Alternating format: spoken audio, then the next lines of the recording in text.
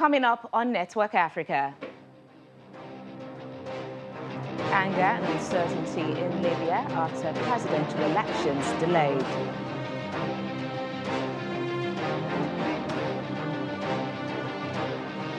Western powers denounce deployment of Russian mercenaries in Mali. Plus,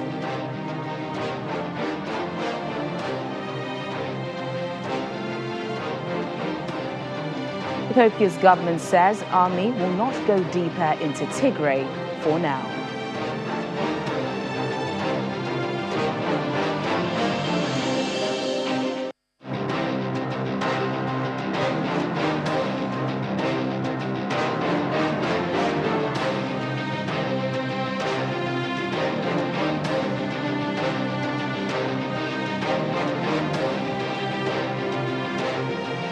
Hello and welcome to the program. I'm Teniola Shubowale. We begin the program in Libya, where Libyans have reacted with a mix of anger and hopelessness after authorities announced the postponement of a crucial presidential election initially scheduled to take place today. The Electoral Commission on Wednesday suggested the vote, aimed at ending a decade of chaos in the country, be pushed back by a month, owing to a lack of preparedness and disagreements between various political forces on the legal basis of the poll. Large numbers of Libyans had already registered for voting cards for the election in what politicians on all sides in Libya have said is a sign of strong popular desire for a vote. We had great hope to hold elections on the 24th of December, to choose the person who can lead us to the shores of peace, to take Libya out of the chaos it is in. I heard the news through social media. It disappointed us all.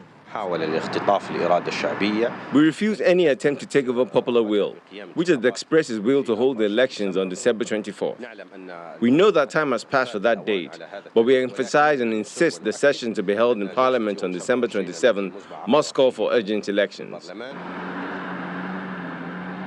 The Electoral Commission on Wednesday proposed pushing back the voting date by a month, confirming a delay that had been widely expected amid dispute over the rules, including the eligibility of several divisive candidates. At stake is a peace process that had been seen as the best hope in years of bringing an end to the decade of chaos and violence that has engulfed Libya since a NATO-backed uprising ousted Gaddafi in 2011. UN Special Advisor for Libya, Stephanie Williams, calls upon the concerned institutions in the country to honor and support the will of the 2.8 million Libyans who registered to vote. Stephanie Williams, the Secretary General's Special Advisor for Libya, noted that yesterday, the High National Elections Commission in that country announced that despite its technical preparedness, it is unable to meet the 24th of December 2021 date set by the political roadmap for national elections.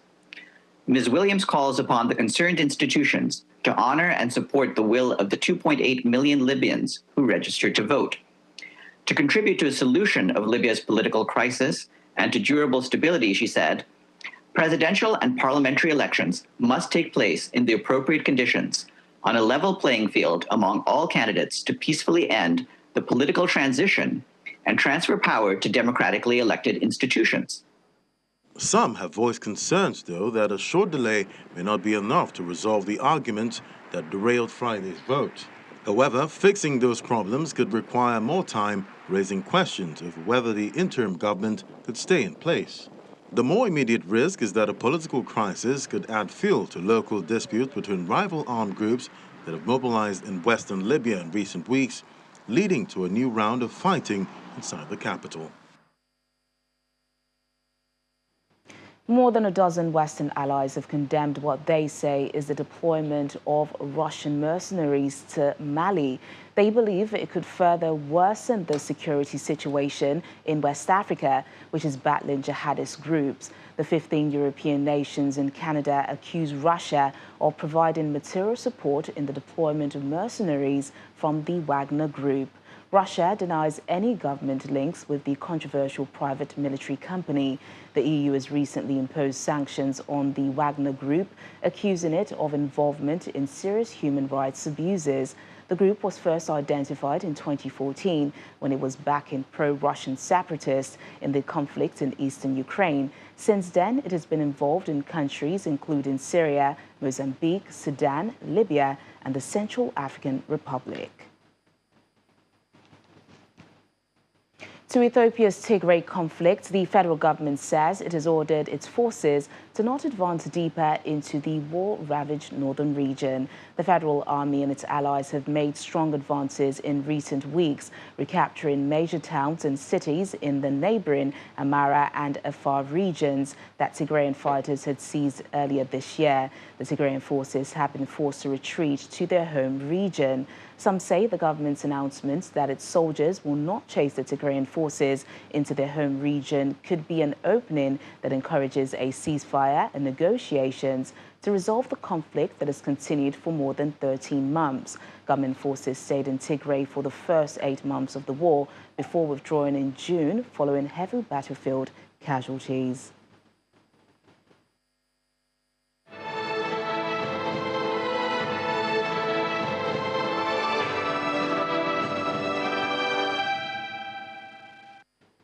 Some updates on the COVID-19 pandemic now. Kenya's sudden decision to demand proof of vaccination to access public places and transport has been met with mixed reactions. The Health Ministry is going ahead with the mandate despite a court order that postponed it pending a hearing next month. The policy requires anybody seeking government services or entering public spaces to be fully vaccinated against COVID-19. The announcement to demand proof of vaccination to access public places and transport caught many by surprise, but comes amid a surge in COVID-19 cases in Kenya. Test positivity rates on Wednesday were nearly 30% compared to 0.7% on November 21 when the edict was announced. On Thursday, around 20 people stood outside a tented vaccination site downtown next to a busy bus stop. It is not the first time that we have been here, but remembering that we had a sanction by Ministry of Health and the national government that after the 21st, you will not be able to access essential and government and public services. That is why we have brought the vaccines so that the community can access them with ease. Nairobi resident Cliff Matanda doesn't agree with the government's decision. I don't support it because I think it is supposed to be one's own initiative, one's own decision to go get vaccinated, because that seems like people are being forced to be vaccinated because you can't live without accessing government facilities, government services, public facilities. You can't live without that. So it's like people are being forced in an indirect manner. Bus crews in the capital do not yet ask for vaccine certificates, but insist passengers wear masks and sanitize hands. Driver Sylvester Gichira welcomes the government's push for more people to get vaccinated. It's good for people to take care of themselves. Safety starts with an individual. It's not a must for the government to put a directive. The Health Ministry has said that proof of COVID-19 vaccination would be required by December 21 to access services such as schools, transport, immigration, and other state offices and hotels, bars, restaurants, national parks, and wildlife reserves. But a court in mid-December temporarily halted the rule amid uncertainty over who would police the edict or what to do about citizens unable to access vaccines. Around 9.2 million Kenyans have taken one dose of the vaccine, of whom 3.7 million are fully vaccinated. Over in South Africa, authorities have eased a number of coronavirus restrictions despite being hit by a fourth wave of cases driven by the Omicron variant. Contact tracing for anyone who has come into close contact with an infected person has also been lifted.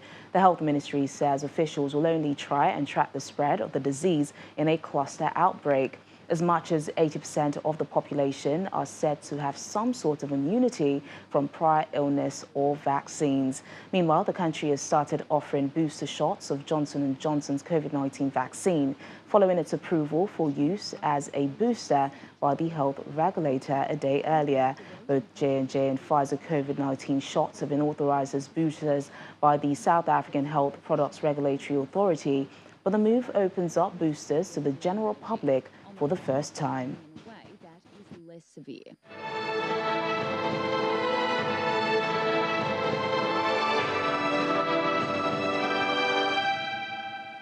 Meanwhile, in Braamfontein, Johannesburg's business district, music filters through to the streets from a repurposed relict building.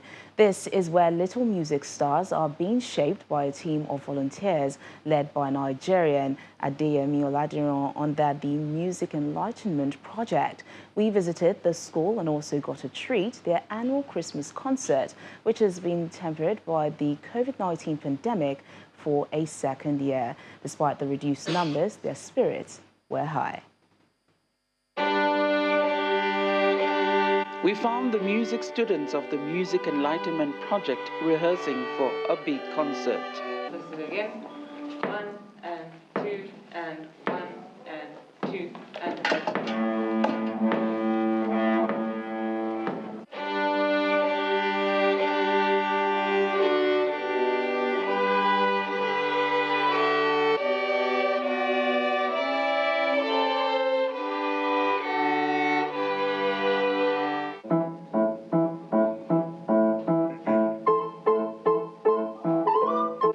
40-year-old Adeyemi Oladiran and a handful of teachers began this project in 2009, and many students have passed through these doors.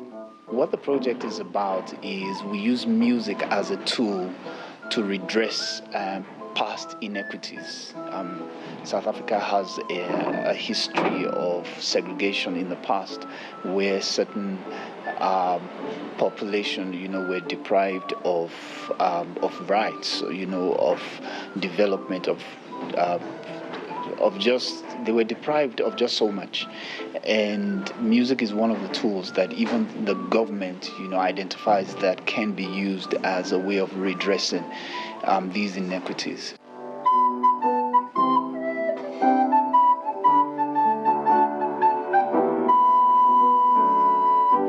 Previously backed by donors, the lessons were free for the pupils, but the COVID-19 pandemic changed things in terms of funding and numbers. But the school has struggled on to keep its doors open for a small fee from the learners. 1, 2.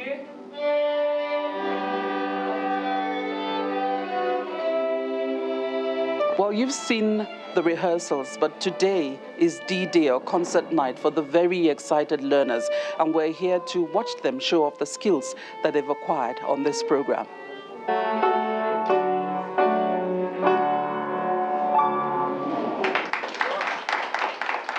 And proudly show off their skills they did, from solos to ensembles.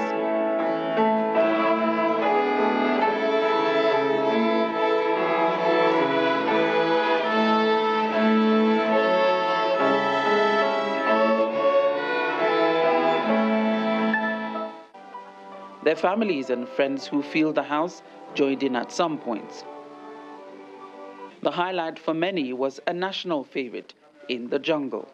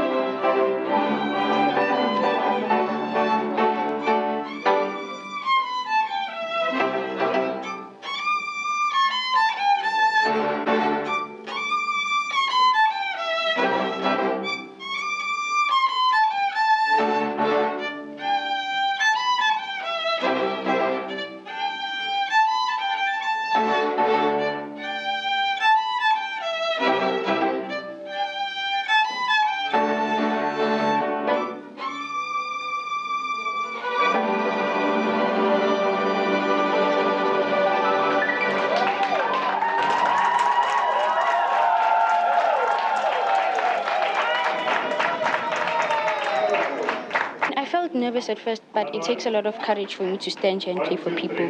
And doing this is actually a great experience and something I look up to every day. The advice I would give is that if something is hard at first, you must never give up. You must just continue learning and soon you'll get it. The highlight for me being here is that I'm able to grow as a musician and impart the knowledge that I've learned over the years onto these beautiful children. I think music education is a very big thing to invest in, especially in Africa as well. These children are very passionate about music.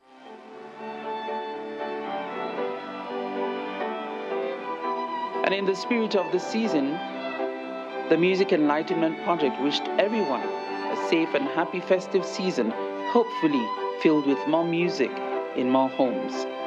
From Braamfontein, Johannesburg, South Africa, Betty Dibia, Channels Television News. Awesome stuff. And still to come on the program.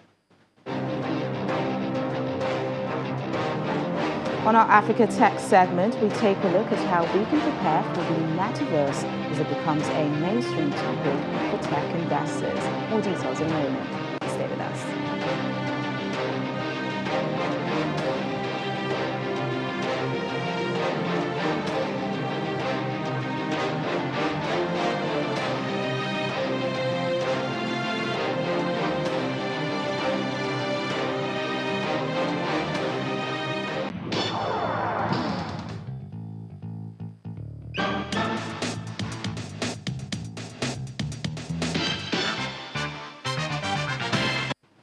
Welcome back and to our Africa Tech segment. The Metaverse continues to grow in leaps and bounds with new innovations and technologies coming on stream to further fuel this growth. Over the past few weeks, individuals and companies have been spending millions of dollars on virtual land as the Metaverse becomes a mainstream topic for tech investors and enthusiasts. Blockchain is one technology being leveraged to build the Metaverse, with a lot of Metaverse projects adopting cryptocurrencies as a medium of exchange in this virtual world. While the Metaverse is still under development, many companies are already exploring its potential. Francis Jayola, founder of Strategy, joins us now to discuss how we can prepare for the Metaverse. Thank you so much for joining us on the program. Hi. The Metaverse has been a hot topic of conversation recently. But what is it exactly, and when will it get here? Yeah, the Metaverse is a virtual space and a virtual environment powered by the computer. So let's just assume, like the way we have now physically in this world itself, let's assume something like this again exists virtually in a reality where the environment itself is designed. Me, I'm designed, I have my own avatar, my friends have his own avatar, then we can interact in that Metaverse, in that universe, without actually contacting each other. So that's what the Metaverse is. So how long will it take before the key features of the Metaverse becomes mainstream? Okay, currently at the moment itself, it's not something new. The Metaverse itself is not something new. It has been existing for a while. Adoption is the major concern there, where it has to do with the geographical factor, the country, the internet, the device themselves, and even the users themselves, if they can afford such tech. I foresee in the next 5 to 10 years before Metaverse can be fully adopted in the mainstream. Okay, and how is Nigeria preparing for a world that would be relatively influenced by the Metaverse, would you say? I can see the likes of like the youth now in this country. They are always playing games, virtual reality and the likes. They are getting to see what it is, the feel, and they see it online, they see it everywhere. So I feel like we are the youths in this generation, in this Nigeria, we are better positioned for the adoption of the Metaverse itself. From the developers' angle, from the users' angle, I feel Nigeria is better prepared. And speaking on that, what are some of the things happening today that could lead to the Metaverse of tomorrow? Just share some examples with us. Okay, like I've said, games itself, augmented reality, games like Fortnite, So there are so many games that, for now, we can even see the adoption of it itself being used online. So what is just remaining now is to be using it for virtual meetings themselves. So as I'm here now, I can be there with you. We can do the meeting together seamlessly. So I think that's what is still in the motion itself for now.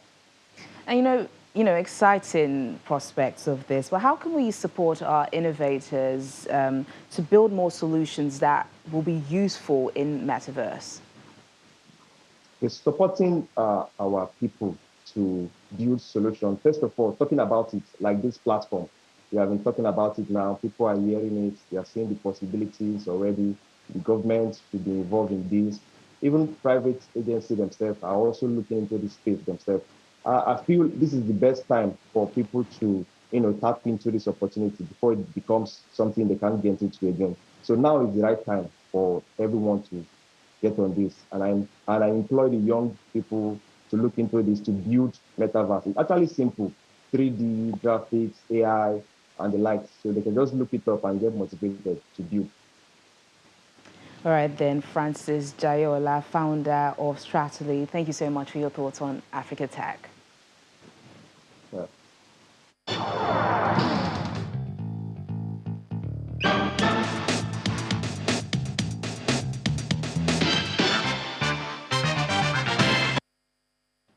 And in the Christmas spirit, over in Egypt, the trees have been decorated and lights are up in venues across the capital, Cairo, for this year's celebrations.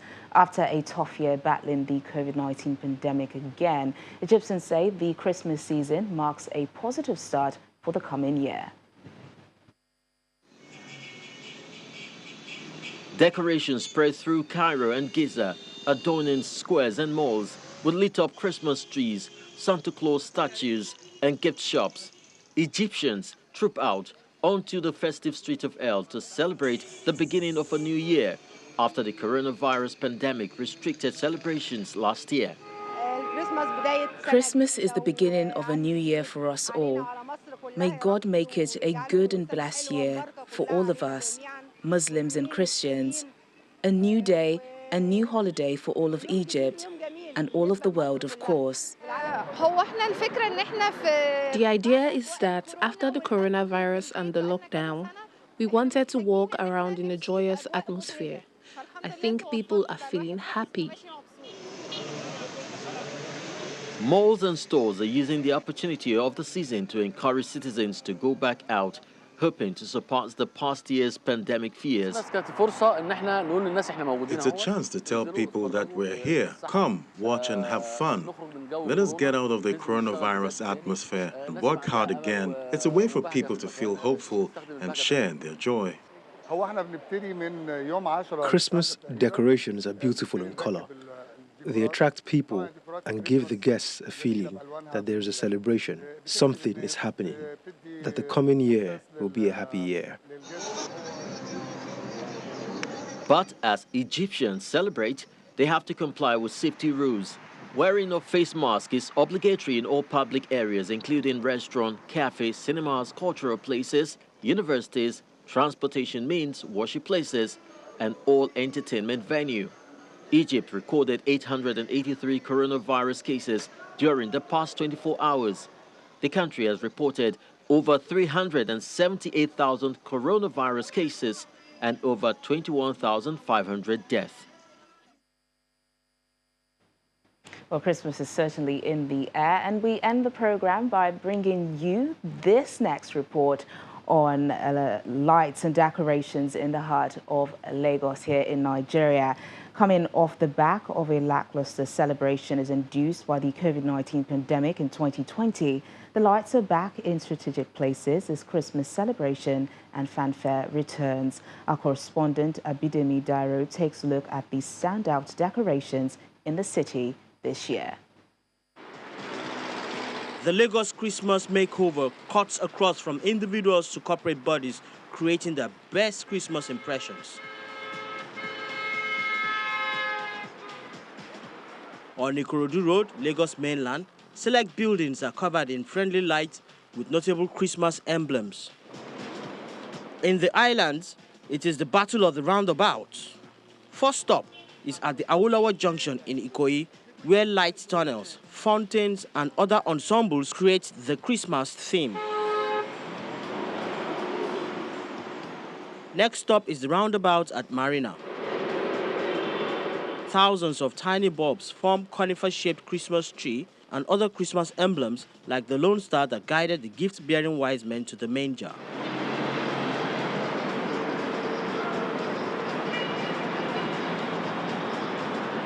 And if there was a prize for the best decoration, it would go to the Ajoste Adeogun roundabout in Victoria Island. First, the entire stretch of the road takes a different look, creating an ambience of festivity. Then the roundabout this year houses a giant light castle surrounded by stars, with many already basking in its beauty. It feels like culture at this point in time, so when it wasn't here like last year, or we didn't get to see it, it was kind of like a difference. There was a difference in the vibe of Christmas, so I feel like this being back really like puts you in that mood. People stop by, take pictures. It's such a nice place to be. Lightings and decorations have become significant tradition of Christmas celebration across the globe. Now, different reports have tried to trace the origin of this celebration to different periods and different places in time. But one thing is very certain: these decorations have helped embellish and add the glitz to the celebration of Christmas. Abidemi Dairo, Channels Television News. And on that note, we wish you a lovely Christmas celebration. And that's the program today. Thank you so much for watching. I'm Teniola Shiboale.